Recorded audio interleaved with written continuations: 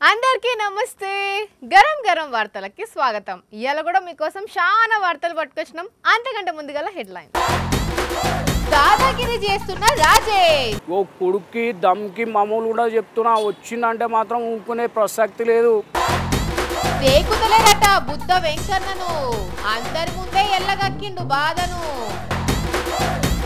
Collector office ముందు ధర్నా చేస్తున్న అల్లుండ్లు కావాలట వీళ్ళకు వీళ్ళ భార్యలు వయనాడ్ కొండ గుహల ఇరుక్కపోయిన కుటుంబం కాళ్ళతోని మీదికెక్కి కాపాడింది రెస్క్యూ టీం ఏ ఎత్తు కట్టిండు టెంపుల్ వాళ్ళకు కూడా ఉంటారా ఇట్లా భక్తులు హాయ్ బాబోయ్ చంద్రబాబు సారు చాలా గ్రేటుల్లా చాలా అంటే చాలా షేడ్స్ ఉన్నాయి సార్ లోపల అవునండి ఒక మాట అట్ట మాట్లాడి మళ్ళీ ఇట్టే మార్చేస్తున్నారంటే సారు గొప్ప నటుడే కదా నాకు తెలిసినంత వరకైతే మన దేశంలోనే ఏ రాజకీయ నాయకుని లోపల లేనన్ని షేడ్స్ మన చంద్రబాబు సార్ దగ్గరనే ఉండుంటాయి ఏంది అట్ట చూస్తారు నమ్ముతలేరా అయితే చూడుండ్రబ్బా మీరే ప్రతి ఒక్క మహిళకి 15,000 రూపాయలు నెలకి ఇవ్వడం స్కూల్కి వెళ్లే ప్రతి ఒక్క విద్యార్థికి 15,000 రూపాయలు యువతకు 20 లక్షల ఉద్యోగాలు 3,000 రూపాయల నిరుద్యోగ భృతి ప్రతి ఒక్క మహిళకి 15,000 రూపాయలు నెలకి ఇవ్వడం ప్రతి ఇంటికి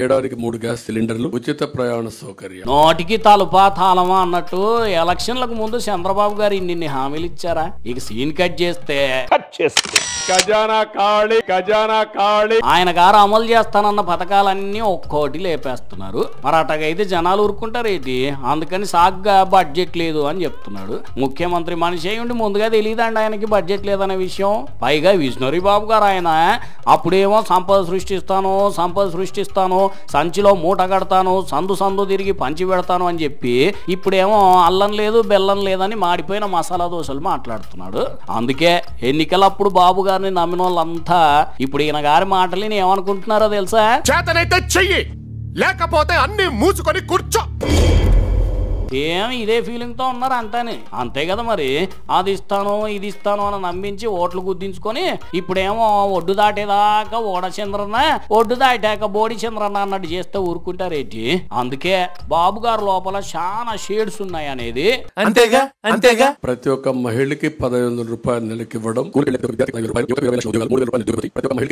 ఉచిత ప్రయాణ సౌకర్యం ఖజానా ఖాళీ చేతనైతే చెయ్యి లేకపోతే అన్ని మూసుకొని కూర్చో చంద్రబాబు గారి అపరభక్తుడు రక్తంతోని అభిషేకం చేసి సిబిఎన్ జిందాబాద్ అని అదే రక్తంతో రాసిన అభిమాని టీడీపీల సీనియర్ లీడర్ అసొంటి లీడర్కు ఇప్పుడు పెద్ద కష్టం వచ్చిందుల్లా ఇంతకు నేను ఎవరి గురించి చెప్తున్నానో అర్థమైంది కదా బుద్ధ వెంకన్న సార్ గురించే అగో పార్టీని అధికారంలోకి వచ్చే ఇంకా ఆయనకేం బాధ అంటారా వినుండ్రు మీరే ఆవేదనతో మాట్లాడుతున్నటువంటి మాటలు అధికారం 3 పాళ్ళు అయితే ఆవేదన 6 పాళ్ళు అన్నట్టున్నది సారు వారిది మరి అంతగానం ఆవేదన ఏందయ్యా అంటే ఆయనే చెప్తాడు వినండి మనం ఎందుకు చెప్పుడు ఇవాళ ఎమ్మెల్యే అయినటువంటి వ్యక్తులు ఎవరైనా వచ్చారా విజువల్ చూడండి పోరాటం చేసింది నేను ఎన్ని చెప్పుకోకూడదు కానీ చెప్పుకునే పరిస్థితికి వచ్చింది నాకు అయ్యో మీరు పోరాడినరో పక్కోళ్ళు పోరాడినరో పక్కకు పెడితే అధికారంలోకి రానే వస్తుంది ఇంకా బాధ ఏంది బుద్ధా సారు ఇట్లా కాదు కానీ ఇంకా లోపటేమన్నా ఉంటే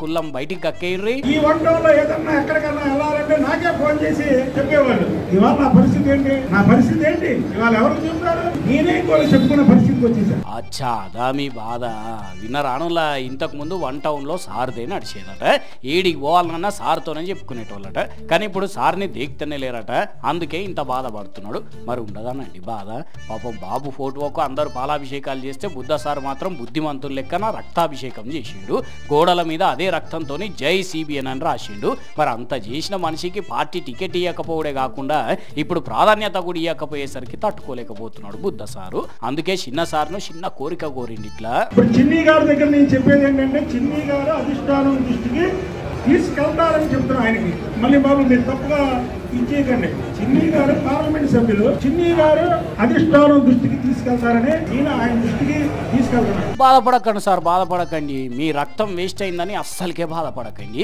మీకు కూడా ఒక మంచి రోజు వస్తుందని ఆశతో బతికండి సరేనా కానీ పాపం ఎట్లున్న బుద్ధ సార్ ఎట్లా అయిపోయిండో కదా నువ్వు చంద్రబాబు సార్ ఎవరిని ఎట్లనైనా చేస్తాడు అనేదందుకు ఇది మళ్ళొక నిదర్శనం అనుకోవాలేమో ప్రేమించి పెళ్లి చేసుకొని కాపురానికి తీసుకుపోతలేడు కట్నం లేకుండా పెళ్లి చేసుకుంటా నమ్మించి తీరా లగ్గం చేసుకొని పిల్లలైనాక కట్నం కోసం కష్టాలు పెడుతుండు అత్తగారింటికి తీసుకుపోతలేడు, బతికేతందుకు పైసలు ఇస్తలేడు.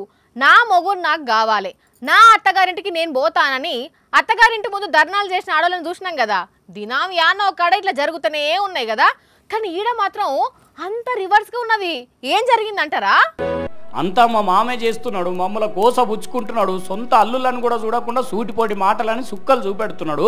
మా భార్యలను మాతో కాపురానికి పంపించాలి, పిల్లలను కన్న తండ్రికి చూపెట్టాలి, మాపై పెట్టిన కేసులు ఎత్తివేయాలి అని ఏలూరు కలెక్టరేట్ ముందు ధర్నాకు దిగిండ్రు. ఇగో ఈ ఇద్దరు అల్లుళ్ళు. ఇగో ఈ అన్న పెద్ద అల్లుడు పేరు పవను, 2015లో పెళ్ళయిందట, ఒక పాప కూడా ఉన్నదట. చెప్పే అన్న, మరి మీ భార్యను కాపురానికి దోలకే ఎన్ని రోజులు అవుతున్నది? 2020 ఫిబ్రవరిలో వీళ్ళని ఇక్కడికి తీసుకొచ్చుకున్నాడు. అప్పటి నుంచి తిరిగి పంపించట్లేదండి. నేను వాళ్ళని కాపురానికి పంపించమని చెప్పి అడుగుతుంటే దబాయిస్తున్నాడు, బెదిరిస్తున్నాడు తప్పితే ఒక కన్క్లూజన్కి అనేది రావట్లేదండి. అన్యాయం పాడుగాను. 2020లో ఇంటికి తీసుకొచ్చుకొని ఇప్పటికీ తోలుతలేడట. ఇబ్బంది ఎందుకు పెడుతున్నావు, సైకోలెక్క ఎందుకు చేస్తున్నావు మామ? మా సంసారం ఇప్పటికే ఆగమైంది, ఉన్నది నాశనం చేయకు, భార్య పిల్లలను తీసుకుపోయి నా బతుకు నేను బతుకుతా అని బతిమిలాడితే చెల్ నడువు, నా ఇంటికి గల్మ కూడా దొక్కద్దు అంటున్నాడట. మరి ఈ చిన్నల్లుడు శేషసాయిని అడుగుదాము, నీ పరిస్థితి ఏందన్నా? ఎన్నేళ్ళు అవుతున్నది నీకు పెళ్ళయి? మీ ఇంటి ఆమె ఎన్ని రోజుల నుంచి ఆడనే ఉంటున్నది? ఫిబ్రవరి 18వ తారీఖున వివాహం చేసుకున్నానండి. మ్యారేజ్కి ఇంత ఖర్చు పెట్టకూడదు, అప్పు చేసి పెళ్లి చేసుకోవడం, ఈ ట్రెండ్ అంతా పోవాలి అంటూ ఒక ఇన్స్పిరేషన్గా ఉండాలని స్పెషల్ మ్యారేజ్ యాక్ట్ కింద మ్యారేజ్ చేసుకోవడం జరిగింది. మరి ఇంత మంచిగా పెళ్లి చేసుకుంటే ఎందుకు తీసుకుపోయిండు?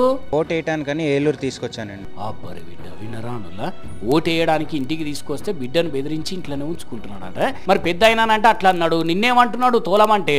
నెలకి ₹1,00,000 మెయింటెనెన్స్ ఇవ్వాలి, ఇమీడియట్గా హౌస్ తీసుకోవడానికి ఒక 25,000 ఇవ్వాలి, మా 3 కోట్ల ప్రాపర్టీ ఏదైతే ఉందో అందులో ఎలాంటి ట్రాన్సాక్షన్ చేయకూడదంటండి. భలే బుద్ధిమంతుడే లేవే మీ మామ. అరే బిడ్డల సంసారం మంచిగా ఉండాలి, కొడుకులు లేనందుకు అల్లులనే కొడుకు లెక్క చూసుకోవాలి గాని ఇదేంది అసలు? మరి అల్లులదే తప్పో మామదే తప్పో గాని ఇప్పుడు ఈ వార్త తెలుగు రాష్ట్రాల్లో ముక్కు మీద ఏలేసుకునేటట్టు చేస్తున్నది. మరి కలెక్టర్ సార్ ఏ ఆఫీసర్లను పంపి మాట్లాడతారో గాని పాపం పంచాది మాత్రంగా మతికున్నది. పోండి, ఇట్లాంటి మామ గురించి అయితే ఎన్నడింగ్ లేదేవా, ఉండాల్సినోడే పోండి. అరే ఆర్కే భాయ్ క్యా హువా వో డీల్? ఏం మజాక్ చేస్తున్నాడు? వచ్చినా ఒక్క పచ్చకరిస్తే కొడుకు దౌడప్పలు రాలుతాయని చెప్పానికి, సాయంత్రం కల్లా డీల్ సెటిల్ అయిపోవాలా. చెప్పానికి చెప్పు, ఏం ఎక్స్ట్రాలు చేస్తున్నాడు బాగా. నువ్వు నరాల వీకుడు కాదు, నీ ఉద్యోగం బీగకుండా చూసుకో ముందు. ఏంది నీ రచ్చ రోడ్ల మీద?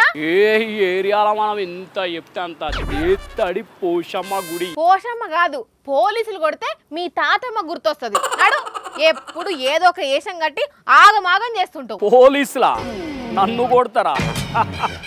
కౌనే మాలం తెరకు. అరే ఎస్ఐలు సిఐలే సలాం చేస్తారు మనకు, నీకేం తెలుసు? ఏ తమ్మి ఇంటికి పోతున్నావు? ఇంటికి పోతున్నా. ఇంటికి పోతే ఇటుకేంచి పోవద్దు, ఆ పక్కన గల్లీకేంచి గుండ్రంగా తిరిగిపోయింది నా గల్లీ. నీ గల్లేంది? నీ జాగిరా? ఏం బ్రో ఎక్కువ మాట్లాడుతున్నావు? జాగిరి గీగిరి అన్నావు అంటే జాంగిరి గుచ్చుతా జాంగాల చెల్నాడు. అరే అన్న మా ఇల్లు ఇదే అన్న. ఇల్లు పక్కకున్నా కూడా పక్క గల్లీకేంచే పోవాలి చల్. చూసినా అట్లుంటది మనతోటి. నేనేం చెప్పినా నువ్వు ఏం చేస్తున్నావు? ఆఫీస్ కి రాకుండా అవులా కథలన్నీ పడుతున్నావు ఏంటి? ఏ ఆఫీస్ లేదు, ఆలుగడ్డ లేదు, ఇట్లనే దాదాగిరి చేస్తా. అట్లా చేసినావు అనుకో పోలీసులు కొంచెం పోయి చెమటలు ఒలుస్తారు. హలో, పోలీసులకు భయపడేటోళ్ళం కాదు భయ్ మనం. ఏది ఎవరు వస్తారో రమ్మను చూద్దాం. ఏందా బరి తెగింపు? పోలీసులను కూడా కదర్ చేస్తలేవు గట్లా. ఏం చూసుకొని గంత బలుపు నీకు? అవు బలుపే, బరాబర్ బలుపే. అంతా మన రెడ్ బుక్ రాజ్యాంగం నడుస్తున్నది. గిట్లనే ఉంటాయి మా కథలన్నీ. పోలీసులను కలెక్టర్లను బి ఖాతారు చెయ్యం. ఏమనుకుంటున్నావు మన గురించి? ఏ తమ్మి ఎవర్రా నువ్వు రాగు వస్తున్నా? అవ్వా వీడొకటి తలిగిను నా గండాన. ఎవడన్నా వార్తలు చెప్తారు, వీడు వార్తల్లో జీవిస్తాడు. ఇదంతా కూడా ఏపీలో కొందరు కూటమి లీడర్లు చేస్తున్న కథలు చూసి గిట్లా చేసిండు అన్నట్టు ఏం చేసిరో ఎరికేనా? వాళ్ళు నెల్లూరులో ఒక సీఐనే ఏకంగా తంతం గింతమని పోలీస్ స్టేషన్కి పోయి గాయ చేసిరులా. కావాలంటే చూడుండ్రి, వాళ్ళను ఏమనాలే అటు చూడుండ్రి.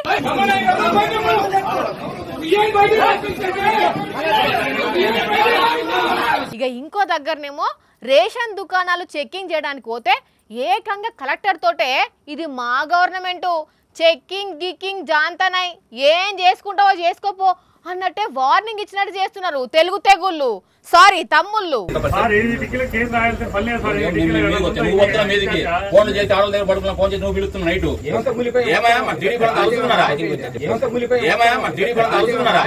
ఇక చూడుండ్రి ఎట్లున్నదో కథ. అందుకే ఈ ముచ్చట మీద రియాక్ట్ అయ్యిండ్రు వైసీపీ లీడర్లు. ఓట్లేసి గెలిపించినందుకు ఇట్లా పోలీసులకే ధమ్కిస్తురంటే ఇక మామూలు జనం పరిస్థితి ఏంది అని అంటున్నారు. వాళ్ళ రాష్ట్ర పరిస్థితులు చూస్తుంటే ఇచ్చిన హామీలు నిలబెట్టుకుందామని నెరవేరుద్దాం అనేటువంటి బాధ్యత లేదు. రెడ్ బుక్ రాజ్యాంగం అంతా కూడా అమలు చేస్తున్న పరిస్థితి. పేనుకు పెత్తనం ఇస్తే నెత్తంతా కొరిగినట్టు కూటమిని కుర్చీలో కూర్చోబెడితే ఎస్ఐ, సిఐ, ఐఏఎస్, ఐపీఎస్ ఆఫీసర్లనే ఖదర్ చేస్తలేరు. ఇట్లా అంత రౌడీ రాజ్యం అయిపోయిందిలా. ఇప్పుడే గిట్లుంటే ముందు ముందు ఇంకెన్ని యాక్షన్ సీన్లు చూడాలో ఏం పాడో కదా. అది నిర్మల్ జిల్లా. ఒక అయ్యప్ప భక్తుడు కొన్నేళ్ల పాటు మాలేసిండు. చివరిసారిగా మాలేసి శబరికి పోయి మళ్ళీ ఇంటికి వచ్చేటప్పుడు మాలకు సంబంధించిన బట్టలను ఒక బ్యాగ్లో పెట్టి 2 అరటి పండ్లు కూడా పెట్టిండట. ఇంటి దగ్గరకు వచ్చినాక ఆ సంచిని ముట్టుకోకుండా కొద్ది రోజులకే ఇక బయట దేశం పోయిండట. కానీ మళ్ళొచ్చి ఆ బ్యాగులున్న బట్టలతో పాటు అరటి పండ్లను చూస్తే అట్లనే చెక్కు చెదరకుండా ఉన్నాయుల్లా. ఏంది నమ్ముతలేరా? అయితే చూడండి. నమ్మిండ్రా, ఇవే అరటి పండ్లు. కింద ఎట్లయితే పెట్టిండో అట్లనే ఉన్నాయట. చెప్పవే అన్న, అసలు నీకు ఎట్లా గుర్తుకొచ్చింది? అసలు ఎందుకు పండ్లు ఖరాబ్ కాలేదంటవే? స్వామియే శరణమయ్యప్ప ఇన్నారుల్లా. ఇదట అసలు ముచ్చట. గోదావరికి స్నానానికి వచ్చేటప్పుడు అయ్యప్ప బట్టలను తీసి చూస్తే గింత కూడా ఏం ఖరాబ్ కాకుండా ఉన్నాయి. ఇదంతా ఆ అయ్యప్ప స్వామి మహిమే. మా కుటుంబం మీద దేవుని ప్రేమ ఉండబట్టే గిట్లా జరిగింది. ఆ పండ్లు ఖరాబ్ కాలేదని అంటున్నాడు. చూసేతందుకు వినేతందుకు మాత్రం మస్తు విచిత్రంగా కొడుతున్నది. పండ్లైతే ఇప్పుడు కొన్న పండ్ల లెక్కనే నిగనిగలాడుతున్నాయి. ఎవరి నమ్మకం వాళ్ళది. అప్పుడప్పుడు మనం చూస్తుంటాం ఆన్నో ఎన్నో బోరు బావిల నుంచే నీళ్ళు వస్తున్నాయని. కరెంటు లేకున్నా మోటార్ నడవకున్నా బోరు పంపులకించి నీళ్ళు వస్తుంటాయి. అసొంటి చూసినప్పుడు అబ్బా మన బోరు కూడా గట్ల నీళ్ళు వస్తే ఎంత మంచిగుండో అనుకుంటాం కదా. కానీ అదే గిడో కాడ ఓ బోరు అట్లా నీళ్లు పోసుడే కాదు, అంతకు మించి ఓ అమ్మనే మేఘాల మీదకి జిమ్మిచ్చినాయి కదా నీళ్లు. ఒక్క నీళ్ళే ఇట్లా జిమ్మిచ్చినా ఇంత చిత్రపోకపోదు కావచ్చు. కానీ ఆ నీళ్లతోని బోర్లున్న మోటార్ కూడా గాల్లకే ఎగిరింది. ఇట్లాంటి సీన్ ఎవ్వరు ఎప్పుడు కూడా చూసి ఉండరు కావచ్చు. మరి అసలు అట్లెట్లా ఎగిరింది అంటే, మామూలుగా భూమి మీద 4 దిక్కుల నుండి ఒక్కసారి గాలి వస్తే సుడిగాలి చుడుతుంది కదా. అట్లనే భూమిలో నుంచి కూడా 4 దిక్కుల నుండి జలధార వచ్చినట్టున్నది. అట్లా ఒత్తిడి పెరిగినట్టయి సుడి పెట్టి మీదికి జిమ్మిస్తే ఆ ప్రెషర్ కు మోటార్ పైపులు కూడా మీదికి ఎగిరినాయి అన్నట్టు. ఇట్లా తమిళనాడు రాష్ట్రంలో జరిగిన తతంగం ఇది. ఇక దీన్ని చూసిన రైతులు ఫుల్ షాక్ అయినరట. మరి ఆరా ఒక్కొక్క లక్షల రూపాయలు పెట్టి బోర్ల మీద బోర్లు వేసినా నీళ్లు పడతలేవు. అట్లాంటిది కరెంటు లేకుండా మోటార్ నడవకుండా నీళ్లు ఇంత ఎత్తుకు జిమ్మినాయి అంటే ఎవరికైనా ఉంటది కదా, మా బోర్లో కూడా ఇన్ని నీళ్లు ఉంటే మంచిగుండు అని. ఇంకా నయ్యం ఆ నీళ్లు మీదికి వచ్చే టైంలో దానికి దగ్గరలో ఎవరు లేరు కాబట్టి సరిపోయింది. లేకుంటే వాళ్ళు కూడా నీళ్లతో పాటే మీదికి పోయేటోళ్ళు కావచ్చు కదా. శాంతి భద్రతల విషయంలో పోలీసులు ఎంత స్ట్రిక్ట్గా ఉంటారో దొంగ మందు పట్టుకునే విషయంలో కూడా అంతే స్ట్రిక్ట్గా ఉంటారు. ఎవడన్నా బండి మీద దొంగ మందు పట్టుకపోతే 300 మీటర్ల దూరంకెళ్ళి వాసన వీల్చి పసిగట్టి బరాబర్గా పట్టుకుంటారు, కేసు పెడతారు, మందునంతా సీజ్ చేస్తారు. మందు విషయంలో సీరియస్నెస్ అంటే ఎట్లుంటో చూపెడతారు కదా. కానీ మందును పట్టుకున్నడే కాదు, పట్టుకున్న మందును పీక విసకడంలో గంతే స్ట్రిక్ట్గుంటారు. కోటలను కుతిక విసికి ఇళ్ళ బొజ్జ వలగొట్టిండ్రు. వాటిల పేగులు ఎల్లదీసిండ్రు. ఆఫ్ వాటిలను 6 అడుగుల గోతి తీసి పాతి పెట్టిండ్రు. కానీ ఇంతటితో నిడిచిపెట్టలేదు. సచ్చిన కీసాలను ఆ బొందల్నే సత్కం చేసిండ్రు. క్యాన్లకు క్యాన్ల సారానైతే నల్ల నీళ్లు మురికొస్తే షవ్వాయి నీళ్ళు ఎందుకని వారవోసినట్టే పారవోసి బొంద నింపిండ్రు. కాకినాడ జిల్లాల పోలీసుల పనితనం ఇది. ఇన్ని రోజుల సంధి దొంగ సాటుగా పక్క రాష్ట్రాల నుంచి పట్టుకొచ్చిన మందునంతా పక్క ప్లానింగ్ తోని పట్టుకొని సీజ్ చేస్తే పోలీస్ స్టేషన్ అంతా నిండిపోయిందట. కొన్ని పలిగిన సీసాలు ఉండేసరికి గబ్బు వాసన వస్తుందని పెద్ద ఆఫీసర్ల పర్మిషన్ తీసుకొని మందునంతా గిట్లా కలిపిండ్రు. 15 లక్షలు ఇవ్వగలదట ఈ మందు. కానీ ఈ సీన్ చూస్తే మా మందనల గొంతు మస్తు ఎండకపోవాలి పోన్రి. అసలుకే నడుమ వర్షాలు పడుతున్నాయి. ఒక్క పెగ్గు నోట్ల పడ్డ పానం వేడెక్కురని ఎంత ఫీల్ అయినరో గాని ఎక్కడి మందో ఏమో పోన్రి. పోలీసులు ఎట్లా చేస్తారని తెలిసినా కొందరు దొంగ సాటుగా మందు చేస్తారు, మళ్ళా పోలీసులకు దొరుకుతారు. దేవునికి గుడి కడతారు అనేది అందరికీ తెలుసు. కానీ నడుమ కొంతమంది వాళ్ళకు జన్మనిచ్చిన తల్లిదండ్రులకు, జీవితం పంచుకున్న భార్యకు, లేదంటే భర్తకు గుడులు కట్టి వాళ్ళ ప్రేమను సాటుకుంటున్నారు. ఇక ఇంకొంతమంది హీరోలు హీరోయిన్లకు సుత గుడులు కడుతున్నారు. ఇవన్నీ ఒక టైప్ అయితే ఇప్పుడు మనం చూడబోయే గుడి ఇంకో టైపు. ఇగో ఇదే నేను చెప్పిన గుడి. అక్కడ అవుపడుతున్న పెద్ద మనిషి ఈ గుడిని కట్టించిండు. మంచిగానే ఉన్నది గాని ఆ దేవుడేంది గమ్మతున్నాడు? తలకాయ కొబ్బరికాయ లెక్కున్నది, కళ్ళు పెద్దగా తెరిచి చూస్తున్నాడు. ఇంతకు ఈ దేవుని పేరేంది అనుకుంటున్నారా? నిజం చెప్పాలంటే అది దేవుని గుడి కాదుల్లా, ఏలియన్ గుడి. మీరు చూసేది గ్రహాంతర వాసి విగ్రహం అన్నట్టు. ఇదేంది ఇది నేను ఎక్కడ చూడలే అనుకుంటున్నారా? ఆ చుట్టుపక్కల ఉన్న జనాలు కూడా ఇదేం గుడిరో అనుకుంటా ఆ గుడిని చూడడానికి తరలి వస్తున్నారు. తమిళనాడు సేలం జిల్లాలో ఉండే లోక్నాథన్ అనేటాయన తన 3 ఎకరాలల్లా ఈ గుడిని కడుతున్నాడు. ఏంది వయ్యా ఇది అని అడిగితే ప్రకృతి వైపరీత్యాలు ఆపే శక్తి గ్రహాంతర వాసులకు ఉంటది, అందుకే వాటి పర్మిషన్ తీసుకొని ఈ గుడి కడుతున్నా అని చెప్పుకొచ్చిండు. ఈ ఏలియన్ ను ఎట్లా పూజించే పద్ధతి కూడా వివరించిండు. ప్రపంచంలోనే అది మొదటి ఏలియన్ గుడి అంట. ఎవరి పిచ్చి వాళ్ళకి ఆనందం అంటే ఇదే అని అంటున్నారు ఈ వీడియో చూసినోళ్ళు. పార్లమెంట్ లో ఎవరుంటారు? ఇంకెవరు ఉంటారు? ఎంపీలు ఉంటారు కదా అని అంటారా? ఎంపీలు కాకుండా అప్పుడప్పుడు స్పెషల్ గెస్ట్లు కూడా వస్తుంటారు. అగో అట్లనే కొత్త ఘటన పార్లమెంట్ బిల్డింగ్ లకు వచ్చిన గెస్ట్ను చూసి అక్కడ ఉన్నోళ్ళు షాక్ అయినరు. ఇంకా స్పెషల్ గెస్ట్ ఎవరో చూస్తే మీరు కూడా షాక్ అవుతారు. అగో అవు పడుతున్నదా? తోచి తోయనమ్మ తోడి కోడలు పుట్టింటికి పోయినట్టు ఈ కోతి కొత్త ఘటన పార్లమెంట్ బిల్డింగ్ లకు వచ్చింది. మరి ఎట్లా తోవ దొరికించుకుందో ఏందో గాని చక్కగా ఎంపీలు కూర్చునే లాబీలకు పోయి అక్కడున్న కుర్చీ మీదకి ఎక్కి కూర్చొని అటు ఇటు చూసింది. కోర్ని అక్క ఇదంతా ఎట్లనో ఉన్నది, ఇది మనం ఉండే జాగ్ కాదు అనుకొని మెల్లగా అక్కడి నుంచి నడుచుకుంటూ పోయింది. మరి చుట్టుముట్టు ఉండే సెక్యూరిటీని తప్పించుకొని ఇది లోపలికి ఎట్లొచ్చిందో తెలియదు గాని కాంగ్రెస్ ఎంపీ జైరాం రమేష్ ఈ కోతి వీడియోను ట్విట్టర్ లో పోస్ట్ చేసిండు. ఏక్ బందర్ ససంద్కి అందర్ అని కామెంట్లు పెడుతున్నారు ఈ వీడియో చూసిన నెటిజన్లు. అక్కడ అట్లుంటే ఇక్కడ చూడుండ్రి, ఒక ఆయన పెంచుకునే 2 కుక్కలు ఆ ఇంటోళ్ళ పానాలు కాపాడినాయి. ఏనంగానో ఇంట్లో వచ్చిన చిరుతపులి మీద అటాక్ చేసి దాన్ని తరిమి కొట్టినాయి. కానీ కుక్కలు కొట్లాడలేవు గాని ఇక్కడ పులిని చూసి గింత సుధా భయం లేకుండా మర్లవాడి తరిమి కొట్టిన కుక్కలను చూసి వారెవ్వా అని అంటున్నారు డాగ్. పార్లమెంట్ లో ఎవరుంటారు? ఇంకెవరు ఉంటారు? ఎంపీలు ఉంటారు కదా అని అంటారా? ఎంపీలు కాకుండా అప్పుడప్పుడు స్పెషల్ గెస్ట్లు కూడా వస్తుంటారు. అగో అట్లనే కొత్త ఘటన పార్లమెంట్ బిల్డింగ్ లకు వచ్చిన గెస్ట్ను చూసి అక్కడ ఉన్నోళ్ళు షాక్ అయినరు. ఇంకా స్పెషల్ గెస్ట్ ఎవరో చూస్తే మీరు కూడా షాక్ అవుతారు. వానలకు వయనాడు ఎట్లేందో చూసినాం కదా, కొండ శరలు ఇరిగి పడితే ఆ మట్టిరాల నడుమనే ఎంతో మంది ఇరుక్కపోయి జీవిడిచిర్రు. కొందరైతే ఆ భూమిలో ఇరుక్కపోయి అట్లనే సాయం కోసం చూసిర్రు. వాళ్ళని చూస్తుంటేనైతే పానమంతా అవిసిపోయింది. ఇప్పుడు రెస్క్యూ ఆపరేషన్ జరుగుతున్నా అదే కొండ గుహలో కుటుంబం ఇరుక్కపోతే వాళ్ళను ప్రాణాలకు తెగించి కాపాడిన రెస్క్యూ టీం వాళ్ళు. వరదలు, కొండ చర్యలు విరిగిపడడం వంటి ప్రకృతి విపత్తులతో వయనాడు అతలాకుతలం అయిపోయిందిలా. కాట్పేట కొండ ప్రాంతంలో నివసిస్తున్న ఓ గిరిజన కుటుంబము వరదలకు కూడు గుడ్డ తిండి గింజలు మొత్తం కోల్పోయి బిక్కు బిక్కుమ అనుకుంటా కొండ గుహల తల దాచుకుంటుంది. విషయం తెలుసుకున్న అటవీ అధికారులు ప్రాణాలకు తెగించి కొండ శిఖరాన్ని చేరుకొని భార్య, భర్త, వాళ్ళ 4 పిల్లలను మోసుకొని కిందికి తీసుకొచ్చిర్రు. తిండి లేక ఆకలితో అలమటిస్తున్న పిల్లలకు ఆహారం అందించి ప్రాణాలు నిలబెట్టిండ్రు. అడవిలో చిక్కుకుపోయిన ఆ కుటుంబంలోని చిన్నారులకు ఫారెస్ట్ అధికారులు ఎంత రిస్క్ చేసి తీసుకొస్తుర్రో, వాళ్ళు గాని లేకుంటే ఆ కుటుంబం ప్రాణాలు కోల్పోయేది. ఇప్పుడు ఆ అధికారులే ఆ కుటుంబం పట్ల దేవుళ్ళైనరు. ఇంకా వయనాడులో కన్నీళ్లు ప్రవహిస్తూనే ఉన్నాయి. ఎంత మంది చనిపోయినరు, ఎన్ని గ్రామాలు భూసమాధి అయిపోయినాయో లెక్కలేదు.